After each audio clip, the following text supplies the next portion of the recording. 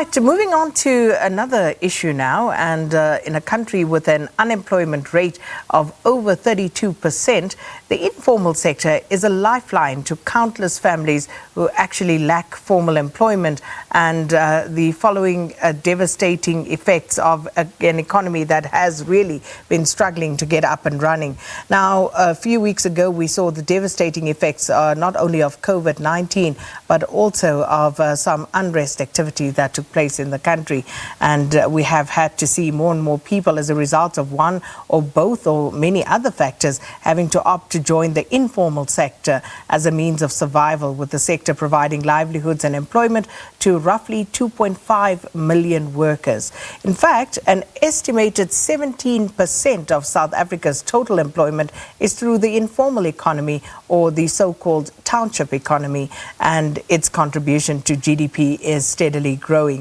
And joining us now via Zoom is Setlogane Manchindi, who is the head of CSI at Investec, to talk more about this. Setlogane, good morning. Thanks for speaking to us on Morning Live.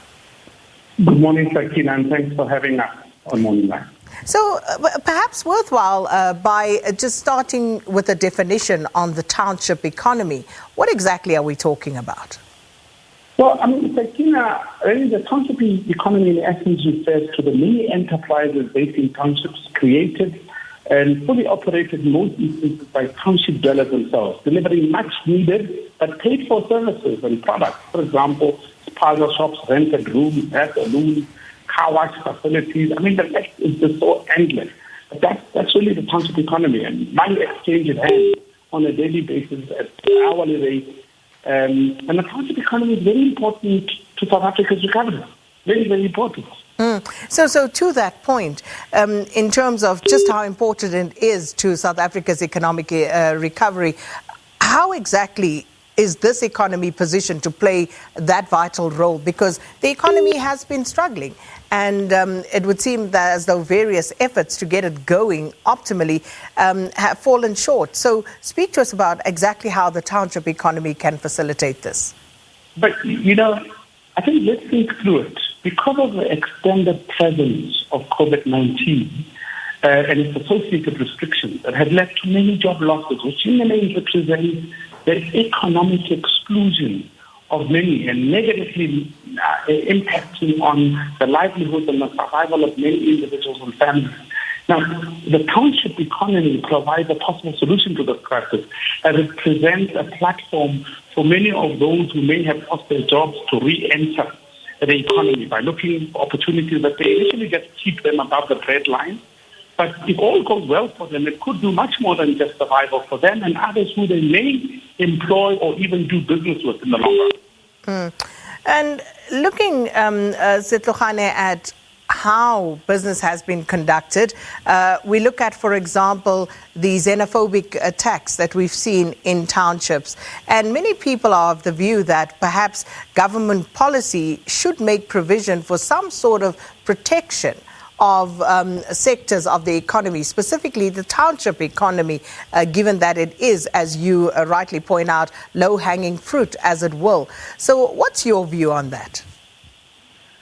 The protection and the nurturing of the township economy is very necessary because we cannot exclude such a significant sector. The economists will tell you the amount of money that exchange hands in these townships for one service or the other is such that it ought to be protected, because the economy moves when money circulation of money is very, very important for any economy.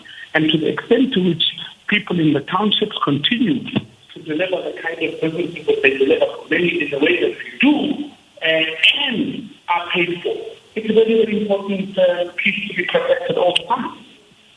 Well, as I allow you opportunity to just put your headphones back, we talk about this township economy, what it could potentially do for the revival of our country's economy. What are some of the most pressing challenges, would you say, to seeing this economy flourish to its fullest potential? Well, there are possibly a number of challenges, Sakina, but I will just mention a few. One is poor internet connectivity that limits the ability of township entrepreneurs to leverage technology for the creation and possible expansion of their businesses. We really need to do enough to facilitate this piece, because technology really presents the next opportunity for where the growth of entrepreneurs is going to emerge from. But also, similarly, many townships in South Africa experience frequent so-called electricity load reductions. This is outside of the official load shedding schedules, making it very difficult to operate. And then, of course, there is lack of infrastructure and facilities to operate their businesses from. While it's very easy for an individual in Alex to turn a rented room into a spa shop or a hair salon, it's very difficult to turn it into a panel beating facility, for example. So we really need to do a bit to look at how best can we nurture and create kind of hubs and nodes that enable individuals to participate in this way. So speaking to that, just how easy is it for the businesses in the township economy to actually access funding? Because, you speak about something like a panel beating business, for example, but how many fully fledged ones are there really around the townships, except for someone who maybe is painting cars just in his driveway somewhere and doing a decent job at that? But in terms of upscaling that and getting people to have fully fledged facilities, where should that help come from? Well, I guess the biggest thing, you're talking about financing, you're talking about a whole host of other things. The one thing about it is you must understand that normally these enterprises are started out of need for survival. They're not often started with a need that sees themselves operating a very big operation. It's really to support families and maintain livelihoods.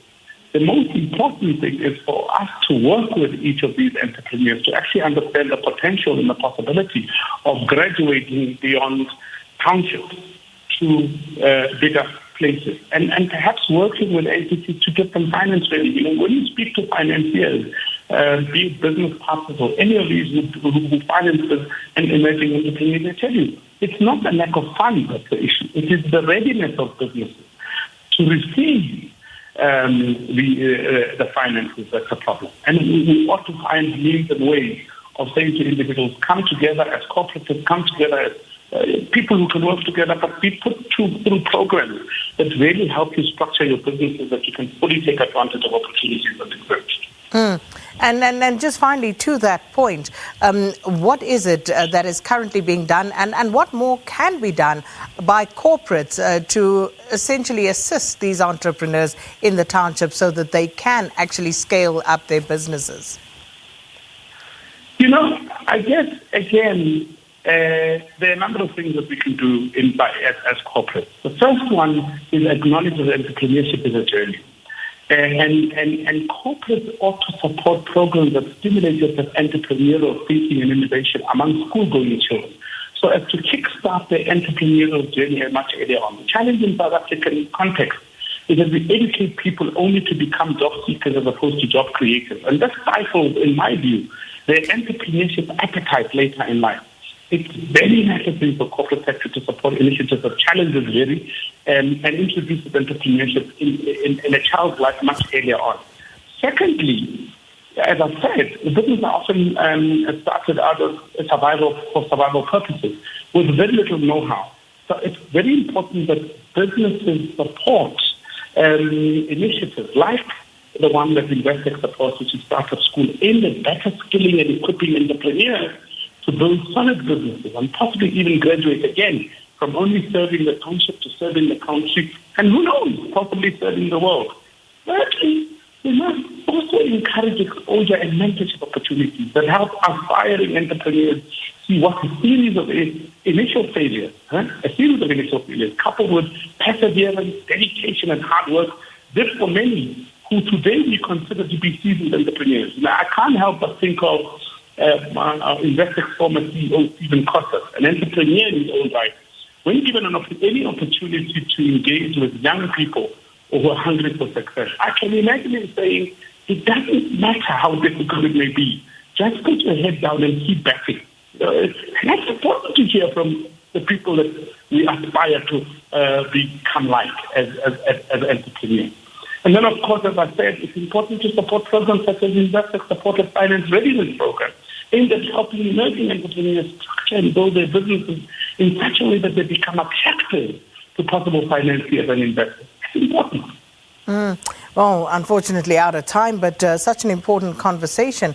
And thank you so much to Setlogane Manchindi, the head of CSI at Investec, talking to us about township economy, the opportunities that it presents. Of course, there are challenges, but massive opportunity, and what can be done to effectively liberate that. It's time now to bring you a final news.